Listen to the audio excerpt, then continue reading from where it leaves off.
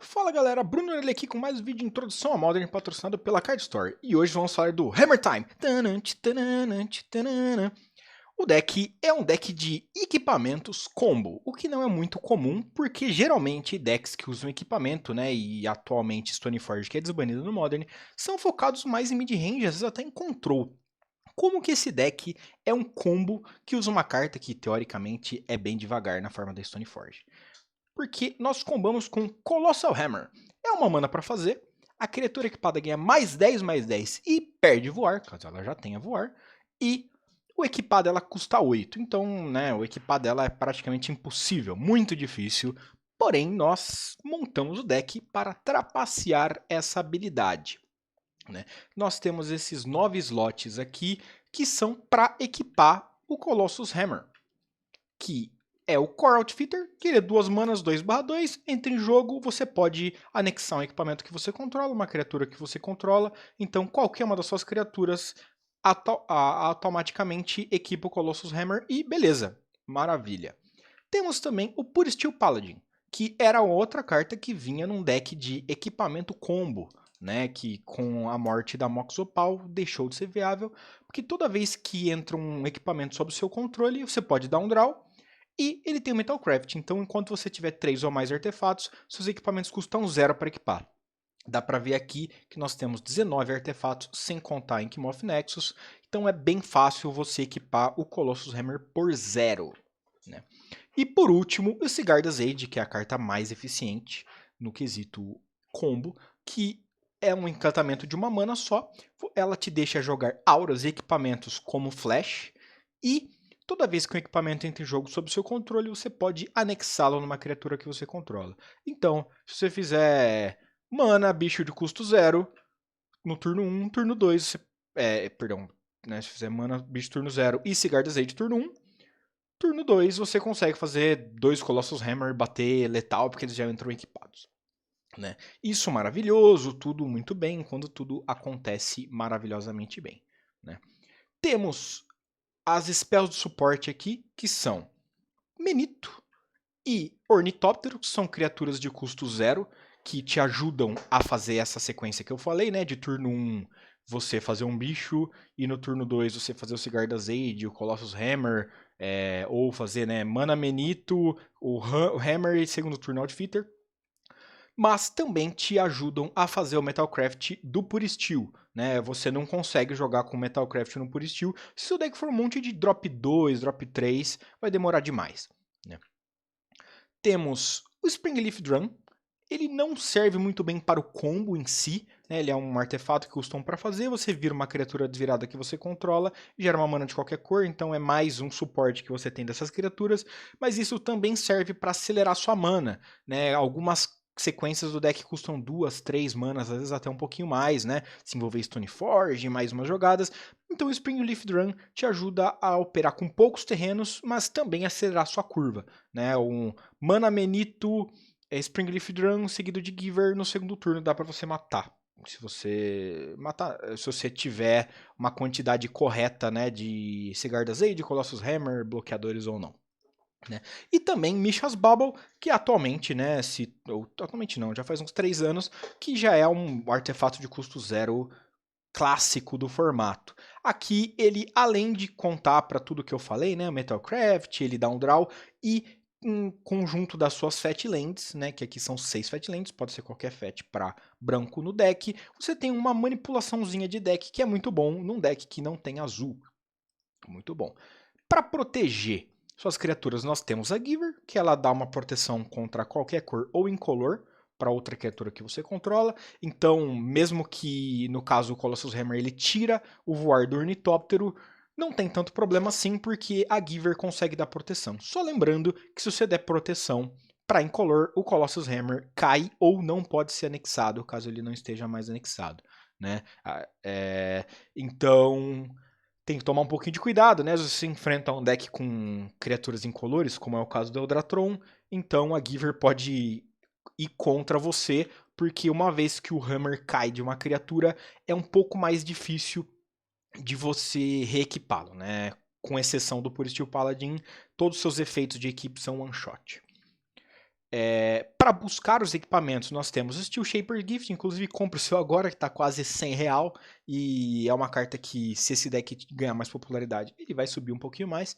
É uma branca, é um efeito de Stoneforge. Pega o equipamento no deck, põe na mão, beleza, é só isso que você precisa. E 4 Stoneforges, que além de pegar os equipamentos, né, nós temos 4 Hammers e uma Shadow Spear, porque a Shadow Spear dá +1/+1, Trample e Lifelink, né? O Lifelink não é tão relevante aqui, mas, né, uma criatura batendo 10 ou mais com Lifelink muda a race bastante, e o Trample é bem importante contra deck de fichinha, né? Às vezes você não tem uma Giver na mesa, o oponente tem 3 criaturas, você vai demorar 4 turnos para matar isso, se você matar numa porrada só, a Shadow Spear ajuda demais, principalmente em conjunto com múltiplos Hammers na mesma criatura. E a Stoneforge, ela te permite colocar de maneira incounterável, né? Vamos dizer que você tem a Sigarda Zade na mesa, mas tem um oponente que pode ter um counter, você não quer tomar counter no Hammer, você pode ativar a Stoneforge, colocar o equipamento por apenas 2 manas, né? Custaria mais do que fazer da mão, mas de maneira incounterável, ele entra em jogo e voilá! Você teve uma maneira de colocar de maneira incounterável. Surpreender o oponente, você não surpreende muito, porque a menos que seja uma Shadow Spear e seja uma Sigarda Zade, né? Mas é uma das possibilidades que você tem, porque a Sigarda Zade, ela dá flash para suas coisas, então isso ajuda bastante quando você tem um monte de criatura porcaria, né? Menitos e Ornitópteros batendo de maneira ridícula, o oponente vai ser obrigado a blocar. É basicamente como funciona o Death Shadow e Temur Battle Rage, o oponente tem que presumir o que você vai ter, né? Na parte dos terrenos, nós também temos 4 Silent Clearing. Esse deck não se importa tanto assim em perder vida, porque ele é bem rápido. E nós temos acesso a mais uma cor no siding. Então a utilização da Canopy BW é um pouquinho necessária aqui. E dá um draw, né? E por último, nas lands temos Inkmoth Nexus, que é uma das maneiras de matar one shot. Porque é uma criatura 1/1, quando você transforma por uma mana, voar e infect, que continua como terreno, né? Então se você causar uma porrada de dano com o Colossus Hammer, você já vai ter matado o oponente. Pô, mas Orelha, o Colossus Hammer ele tira o voar, né? Então, a Inkmoth Nexus é uma criatura sem voar. Sim, de fato. O Inkmoth Nexus é uma criatura sem voar que será desequipado dela no final do turno, quando ela deixa de ser uma criatura. Porém, existem 2 maneiras que você tem de trapacear com a Inkmoth, né? A primeira é a Giver, né? Se o oponente tiver bloqueadores terrestres todos da mesma cor, você dá proteção para aquela cor, bate Infect, GG. Mas lembra que eu falei que o Sigarda Zade dá flash, né? Os equipamentos eles geralmente só podem ser feitos na fase principal. Então o oponente poderia responder, poderia blocar, né? Às vezes você tem 2 Inkmoth e se tivesse que colocar um só na fase principal, o oponente bloquearia a grande e deixaria passar a pequena. Como você tem flash e assim que entra em campo você anexa o equipamento, você bate com a Inkmoth, depois do block, né, existe o anúncio de atacantes, a fase de block. Depois que o oponente bloqueia antes do dano, né, ou seja, ele já designou que não vai ter bloqueadores, você coloca o Colossus Hammer e anexa na Inkmoth. Dessa maneira, ela vai ter perdido o voar, mas já vai ter passado a fase do oponente de bloquear caso ele tenha criaturas terrestres. Dessa maneira, você meio que continua com voar na Inkmoth, mesmo ela não tendo voar, né? E se de alguma maneira você conseguir dar voar para Inkmoth, ela também vai receber o voar depois, né? Beleza, porque toda vez que um efeito remover um efeito, se você adicionar esse efeito novamente, ele terá essa habilidade. Então é uma das maneiras que você tem de trapacear aqui, e mesmo que o oponente tenha bloqueadores terrestres, né, uma Inkmoth 11/11 é bem grande, se tiver o Pure Steel Paladin, você equipa de graça e fica batendo 11, o oponente é obrigado a champ blocar, uma hora ele vai morrer. Né? Não tem muito segredo. Então, é assim que o deck funciona. A Shadow Spear, ela também tira Hexproof do oponente. Perdão, né, das permanentes do oponente. Mas não sei até que ponto isso é tão relevante. Nesse deck não tem tanta interação assim, mas no side tem. E dá pra ver também que a curva do deck, apesar de estar bem bagunçada aqui, ela para na curva 2.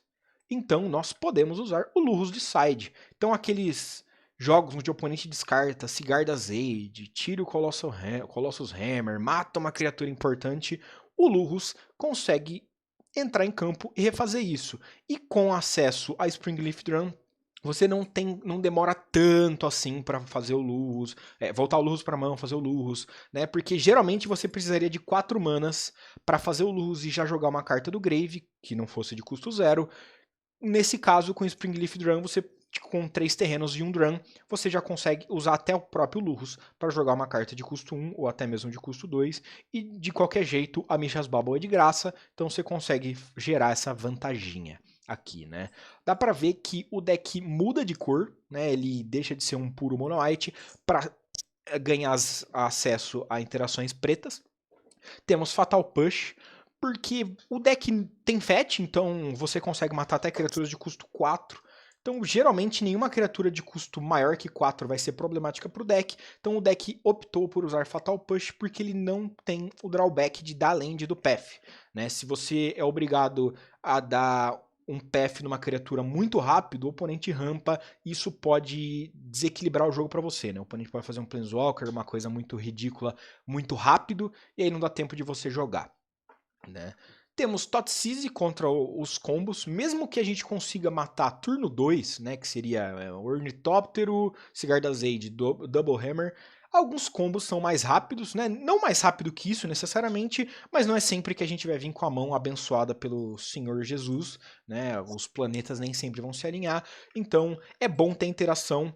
Nós temos aí 4, 5, mais 6, temos 11 lands, mais os Springleaf Drums que geram as manas do Thoughtseize. É bem tranquilo, você interage bem, principalmente se o oponente não vê a land preta, né? Esse deck não é tão novo assim, mas nem todo mundo vai saber exatamente o que o deck faz. Também usando o preto, temos Anihil Spellbomb, ótimo contra os Urus da vida, né? Decks de cemitério e também dá o draw. Então é um artefatinho por Steel. Não vai dar o draw do Pure Steel, né? Não é um equipamento, mas um artefato que ajuda no Metalcraft e dá um draw caso você precise, né? Esse tipo de deck, a eficiência de mana conta mais do que o efeito, geralmente. Porém, aqui, como é para partidas mais lentas e esse deck consegue grindar até que bem, é preferível usar uma Nihil Spellbomb que você pode reutilizar com Lurrus do que uma Relíquia de Progenitus ou uma Torma do Script. 4 Auriok Champion para pegar esses Shadowzero safado, né? Pode pegar uns Burns da vida também, esse deck tem um número razoável de criaturas, né? Toda vez que entrar uma criatura sob o controle do oponente ou seu, você também vai ganhar vida, né? Tem 2 proteções muito boas, então ela é um ótimo alvo pro Hammer, das maneiras que você tem de trapacear com ele. Então, né, você pega um Shadow, equipou a Auriok com Hammer, acabou o jogo. E Leonin Relic Warder, que é a última carta não Lurrus do nosso side. Ele tá aqui basicamente para pegar decks com Karn Great Creator, Eudratron, né? Cálice ainda é um certo problema para esse baralho. Como eu disse, o Sigarda's Aid ele deixa castar com flash, mas não incalterável. Então se o oponente faz um Cálice para 1, dá um certo probleminha pra gente acabar ganhando, né? Não dá pra tutorar Stoneforge. Então, se você não vem com a Stoneforge, o oponente faz um cálice para 1, se você não consegue fazer nenhuma dessas cartas aqui, né? Mesmo fazendo do Grave, o Lurrus conjura, né? Ele não coloca em campo, então o seu Colossus Hammer ou Shadowspear seriam counterados novamente pelo cálice. O Relic Warder, ele te ajuda um pouquinho aqui. Né? Ele pode pegar uma Moonzinha também, não é muito relevante, mas a Moon trava seu Inky of Nexus, e de qualquer forma, ele não atrapalha seu plano de Lurrus, que alguns decks acabam desideando o Lurrus, né? Ele deixa de mostrar o Companion no G2 ou G3 para subir um outro plano, né? Às vezes alguns Monoheads faziam isso com Giganta para subir Moon, mas não é o caso desse deck. Ele é muito divertido, né? Eu amo equipamentos. É uma das minhas estratégias preferidas do Magic, inclusive abraço pro Nerdinho, que me mostrou o caminho dos equipamentos e de Kamigawa.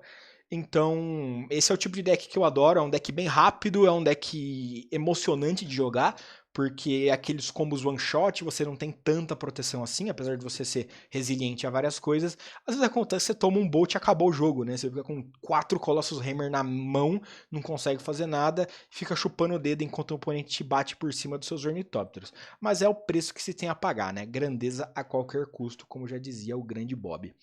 É isso aí, galera. Espero que tenham gostado. Deixem o like, se inscrevam. Comentem aí que deck vocês gostariam de ver, que formato que vocês gostariam de ver. E até a próxima.